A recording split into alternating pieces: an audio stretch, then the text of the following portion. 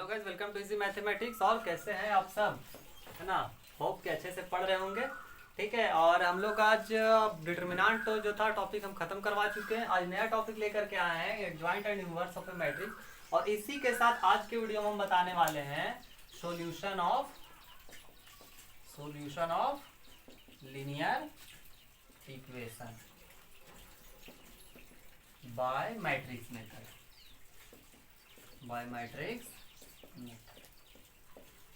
ठीक है, तो किसी भी टॉपिक को स्टार्ट करने से पहले जरूरी ये होता है कि एग्जाम के व्यू से जान लो कि इसमें आखिर कैसा क्वेश्चन पूछा जाएगा। वो तो खैर हम पढ़ाते टाइम भी बताएंगे कि कैसा क्वेश्चन आएगा एग्जाम में, बट इसका एग्जाम में कितना मार्क्स आएगा, इसका वेटेज क्या है एग्जाम में।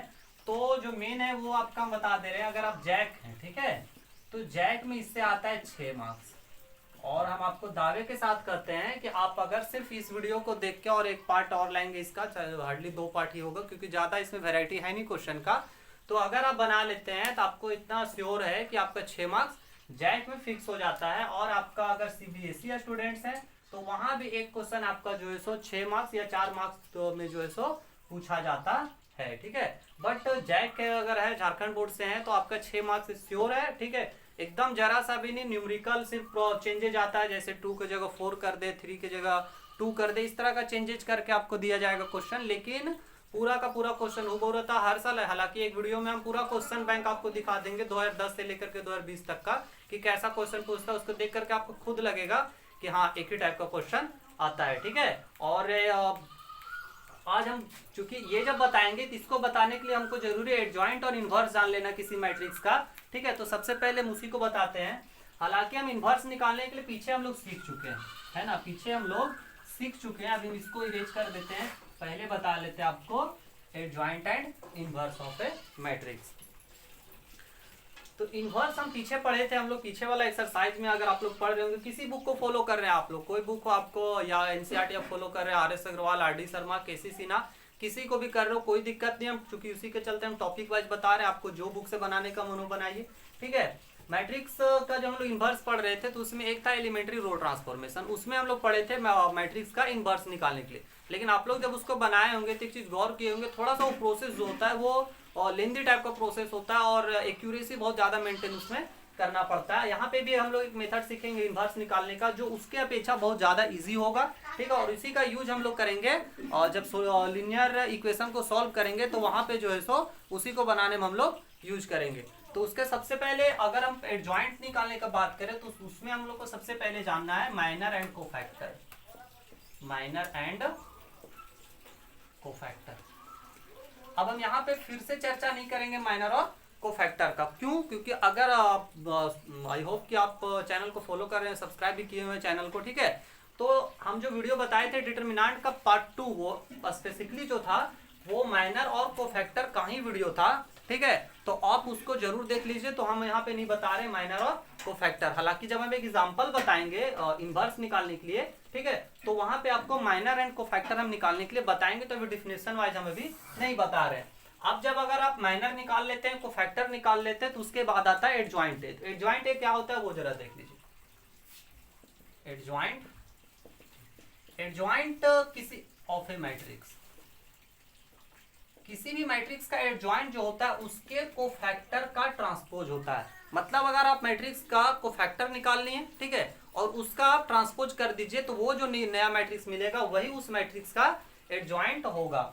और किसी भी मैट्रिक्स, सपोज दैट है कि आपके पास एक मैट्रिक्स है ए, ठीक है, हम लोग ए को लेकर के चल रहे, adjoint of A matrix A अगर हम कह रहे हैं तो इसका मतलब ये होता है कि यहाँ जो निकाले इसका मतलब ये हुआ ट्रांसपोज ऑफ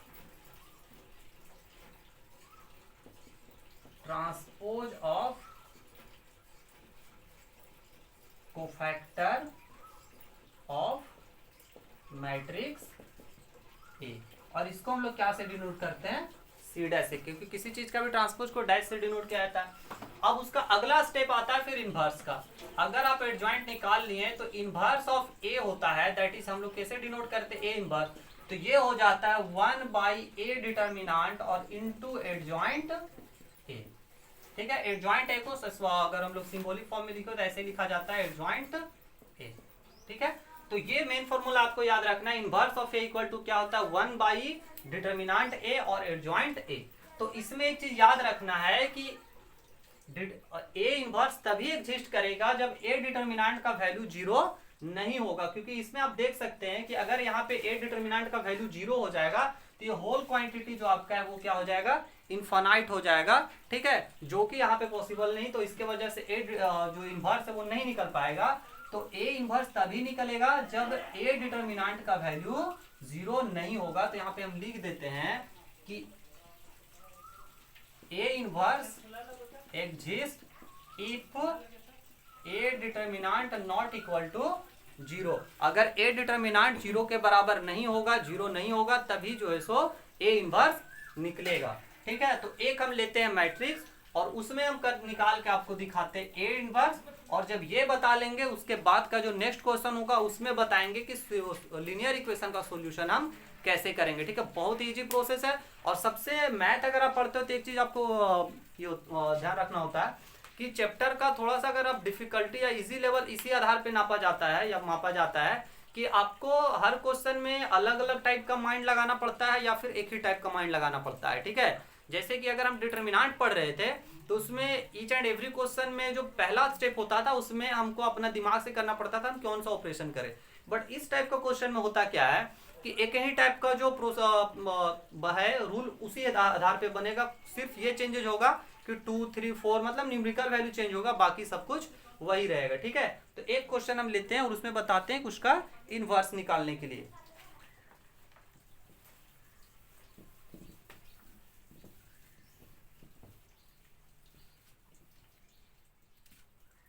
जैसे क्वेश्चन है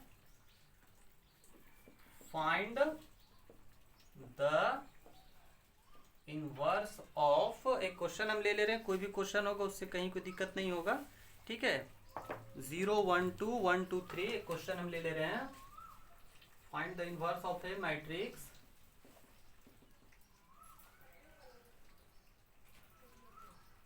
0 1 2 1 2 3 एंड 3 1 1, ठीक है। तो इसका हम लोग को क्या करना है कि इनवर्स निकालना है। हाँ, थोड़ा सा क्या होगा कि आप लोग अभी तक पेन पेपर लिए या नहीं लिए हैं। जब भी आप मेरा क्लास एटलीस्ट करने देखें तो पेन पेपर ले करके बैठे और साथ में जो है सो लिखते चलें, क्योंकि बोर्ड छोटा होता है तो हम इरेज भी करते चलेंगे। हालांकि जहाँ पे भी आपको लिखने का ही हो तो वहाँ पे आप स्क्रीनशॉट लेकर के रख सकते हैं, ठीक है। तो अभी हम लोग इसको बनाते हैं। अभी हम क्या बताएं कि इनवर्स निकालने का पहले प्रोसीजर समझिए, ठीक है। प्रोसीजर क्या है हम लोग का, स्टेप हम दिखा देते हैं, ठीक है। पहला आपको काम होगा कि माइनर निकाले,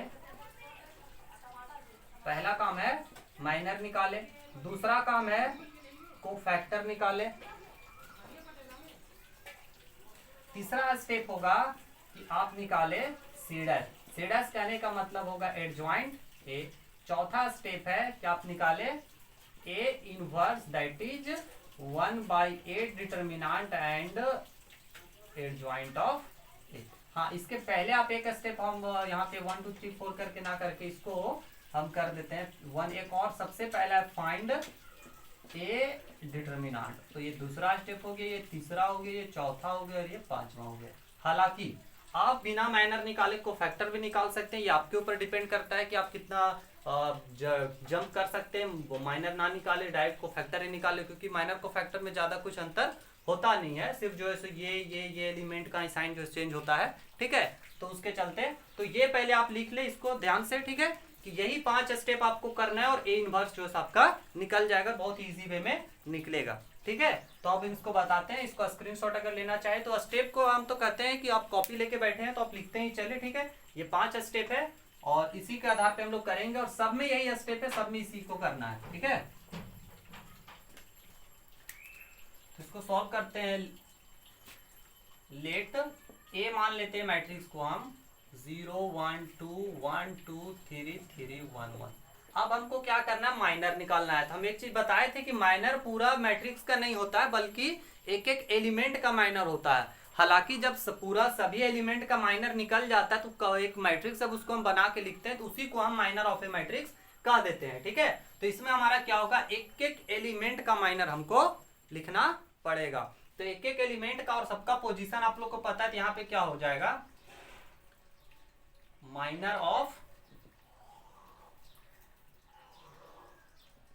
माइनर ऑफ A11। इसी तरह आपको करते जाना है हर एलिमेंट का। इसका पोजीशन क्या होता है 1 1, तो इसका लिख रहे हैं। इसका लिखने का तरीका आपको पता है क्या है कि इसके वर्टिकली ढक देते हैं, इसके हॉरिजॉन्टली ढक देते हैं। तो मेरे पास क्या बचा 2 3 1 1, और यहाँ से क्या होता है 2 1 जा 2 और -3 बराबर -1। ठीक है, तो इसी तरह करके आपको 9 एलिमेंट का माइनर लिखना है। तो अब हम सिर्फ जो ये बार बार ना लिख करके सीधा हम ये लिखते चलते हैं। ठीक है, A12 का लिखते हैं। 12 कहने का मतलब इस एलिमेंट का, तो उसको जब करेंगे तो क्या होगा, इसके वर्टिकली ढक दिए, यहाँ देखिए इसके वर्टिकली ढक दिए, इसके हॉरिजॉन्टली ढक दिए। क्या बचा मेरे पास 1 3 3 1।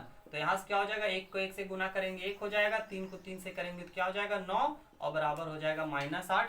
उसी तरह अब हम थोड़ा सा लेफ्ट साइड से लिखना स्टार्ट करते ताकि स्पेस बचे उधर मेरा। A13 का ये नीचे का वही चीज चलते आएगा, minor of A11 minor of A12, तो हम लिखते चलते सिर्फ A13 का। ठीक है, तो A13 का क्या हो जाएगा। अच्छा, एक स्टेप और अब हम जब करें ये ना लिख करके हम सीधा ये स्टेप लिखते हैं। ठीक है, क्योंकि ये आपको पता है, जब डिटरमिनेंट निकाल रहे थे तो सब में पता है। हालांकि चलिए क्वेश्चन हम बता रहे फर्स्ट क्वेश्चन, तो पूरा हम लिखते हैं चलते हैं।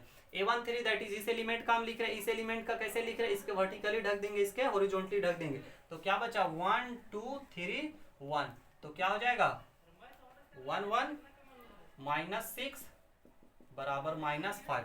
यहाँ क्या हो जाएगा A21। A21 कहने का मतलब क्या हो जाएगा, इस एलिमेंट का हम निकाल रहे, इस एलिमेंट का इसके वर्टिकली ढकेंगे, इसके हॉरिजॉन्टली ढकेंगे, तो क्या बचेगा 1 2 1 सेकेंड, इसको ढक रहे हैं, इसको ढक रहे हैं, तो क्या हो जाएगा 1 2 और 1 1। तो यहाँ से क्या हो जा रहा है 1 1 जब 1 हो जा रहा है -2 मतलब -1। उसी तरह अगर हम A22 का निकाले तो क्या हो जाएगा, ये बीच का एलिमेंट है, इसको ढक देंगे, इसको ढक देंगे, क्या हो जाएगा 0 2 3 1 0 2 3 1 बराबर क्या हो जाएगा 0 1 0 हो जाएगा, -3 2 जा ये हो जाएगा 6, तो ये हो जाएगा -6 हो जाएगा। बाकी एलिमेंट्स का और निकालते हैं। A22 तक हो चुका है, इसका निकालते क्या हो जाएगा A23 का। जब इसको ढक देंगे, इसको ढक देंगे तो क्या बचेगा 0 1 3 1 0 1 3 1, तो ये क्या हो जाएगा 0, यहाँ लिख देते हैं, ये हो जाएगा 0 और ये हो जाएगा -3, तो बराबर क्या हो गया -3। A23 तक हो चुका है, इस एलिमेंट का निकालते तो यहाँ पे क्या हो जाएगा A31। A31 का क्या हो जाएगा, ये ढक दिए, ये ढक दिए, क्या बचा 1 3 सॉरी ये ढके हैं, ये ढके मतलब 1 2 2 3 ना, 1 2 2 3, तो यहाँ क्या बच जा रहा है, 1 को 3 से गुना करेंगे, यहाँ हो जाएगा 3, और यहाँ पे हो जाएगा 2 को 2 से गुना करेंगे तो यहाँ हो जाएगा 4 मतलब -1। उसी तरह A32 का क्या हो जाएगा 32 मतलब इस एलिमेंट का, इसके वर्टिकली ढक देते हैं, इसके हॉरिजॉन्टली ढक देते हैं, क्या बचेगा 0 2 1 3 0 2 1 3, क्या हो जाएगा, ये हो जाएगा आपका 0 -2 मतलब हो जाएगा -2। उसी तरह हो जाएगा A33 लास्ट एलिमेंट है, इसका लिख देते हैं, तो यहाँ पे क्या हो जाएगा, ये ढका जाएगा, ये ढका जाएगा, तो यहाँ क्या हो जाएगा 0 और ये हो जाएगा सॉरी पहले हम लिख देते हैं डिटरमिनेंट फॉर्म में, आदत है डायरेक्ट लिखने का, वही दिमाग में आ जा रहा है। ठीक है, ये ढका जाएगा, ये ढका जाएगा, क्या बचेगा 0 1 1 2 0 1 1 एंड 2 बराबर क्या हो जाएगा 0 -1 बराबर -1।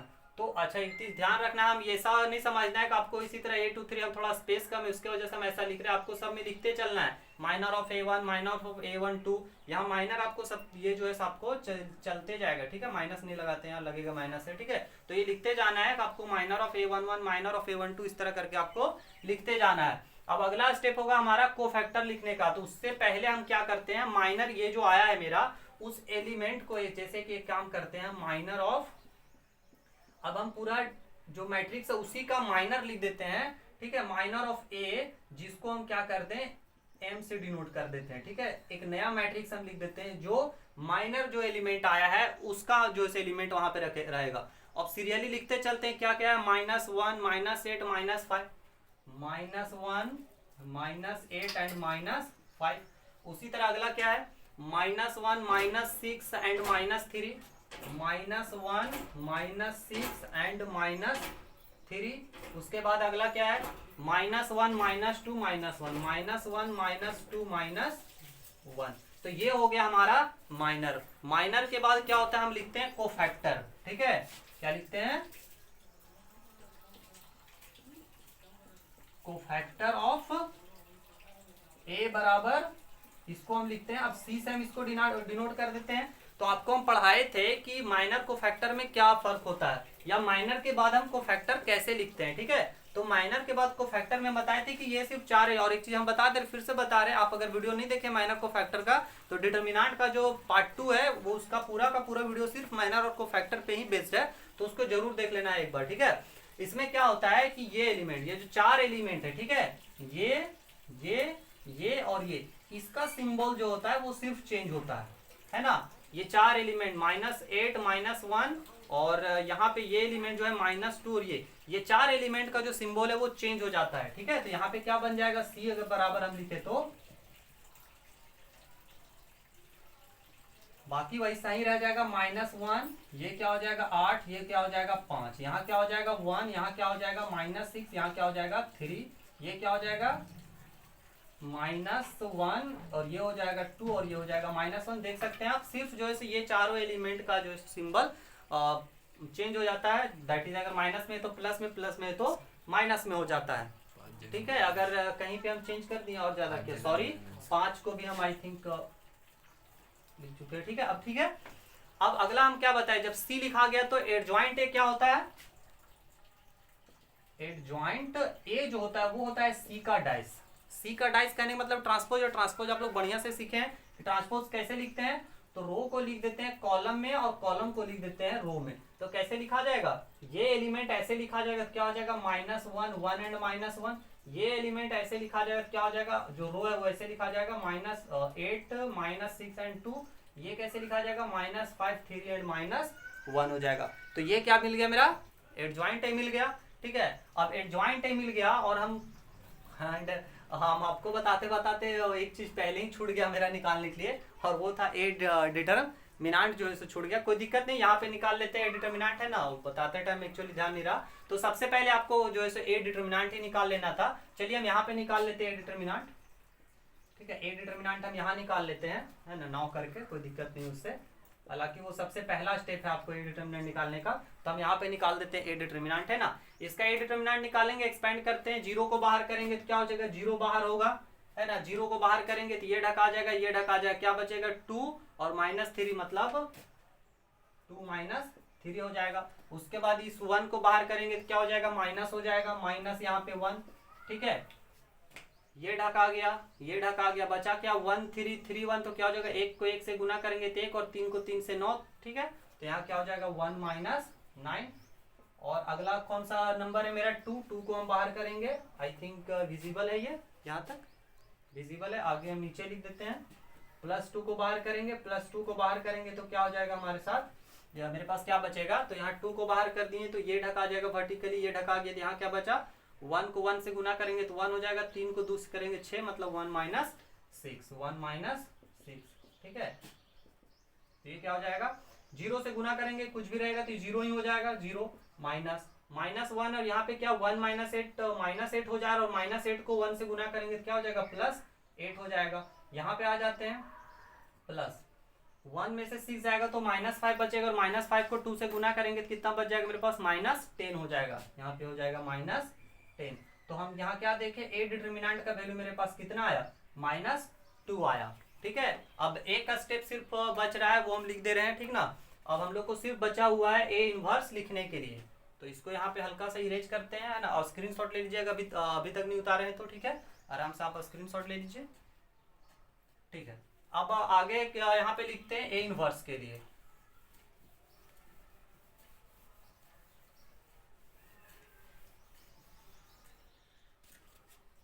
A inverse. तो ए इनवर्स बराबर क्या होता है, हम फॉर्मूला लिख दिए थे, 1/डिटर्मिनेंट और determinant A and adjoint A, और सब कुछ मेरा अब निकला हुआ है। ए डिटर्मिनेंट कितना है, तो 1/-2, और एडजॉइंट ए कितना है मेरे पास, तो वहां लिखा हुआ है -1 1 -1 8 -6 2 -5 3 एंड -1, ठीक है। तो ये फाइनली हम लोग को निकल गया ए इनवर्स। इस माइनस को चाहे तो आप ऊपर लिख सकते हैं, तो यहाँ हो जाएगा, तो ये हो गया ए इनवर्स। तो ये एक आसान सा प्रोसेस है, बहुत ही आसान है। हो सकता है कि आपको स्टेप ज्यादा लग रहा होगा, लेकिन स्टेप ज्यादा है नहीं, ठीक है, बहुत ही। इसी तरह का आप लोग को ए इनवर्स निकालना है। जब हम सॉल्यूशन ऑफ लीनियर इक्वेशन बताएंगे तो वहां पे सिर्फ आपको मिलेगा कि एक स्टेप और करेंगे और हमारा वहां पे सॉल्यूशन जो है सो बन जाएगा। मतलब यहां तक का ही काम आपको मेन करना होता है, ठीक है। तो ये हो गया, और हम कुछ देंगे अभी बनाने के लिए, ठीक है। उसमें से पहले इनवर्स निकालने के लिए प्रैक्टिस कर लेना और तब चलना है फिर सॉल्यूशन ऑफ लीनियर इक्वेशन पे, ठीक है। अब हम और कुछ क्वेश्चन दे रहे हैं जिसमें हम 4 क्वेश्चन दिए हैं, वही सेम सब में करना, फाइंड द इनवर्स ऑफ, ठीक है। चारों क्वेश्चन आपको बनाना है और बनाने के बाद ये जो एक्सरसाइज है वो आपको पूरा कंप्लीट हो जाएगा। अगर आप हम एक्चुअली हम आपको बता देते हैं कि हम जो सारे एग्जांपल दे रहे हैं वो केसी सिन्हा से देते हैं, ठीक है। और अगर आप केसी सिन्हा को फॉलो कर रहे हैं तो ये आई थिंक एक्सरसाइज जो है आपका वो है 7.1 एक्सरसाइज है, ठीक है। और ये जो एक्सरसाइज है केसी सिन्हा का अगर आप पढ़ रहे होंगे, हालांकि हम भी अब सारा बुक तो एक साथ नहीं लिख सकते, तो केसी सिन्हा का ये जो है वो एक्सरसाइज है 7.1 है, उसी से हम क्वेश्चन दिए। हालांकि आपको हम पहले भी बता चुके, कोई भी आप बुक फॉलो करें उससे कोई दिक्कत नहीं है, आप किसी से भी बना सकते हैं, सेम टाइप क्वेश्चन होता है। बस सिर्फ ये होगा कि किसी में चैप्टर आगे पीछे करके दिया होगा तो देख लेना आपको। अब मान लीजिए आपको पहला बनाना है, तो हम जो पिछला क्वेश्चन बता रहे थे उसमें क्या था कि ए डिटरमिनेंट हम बाद में निकाले थे।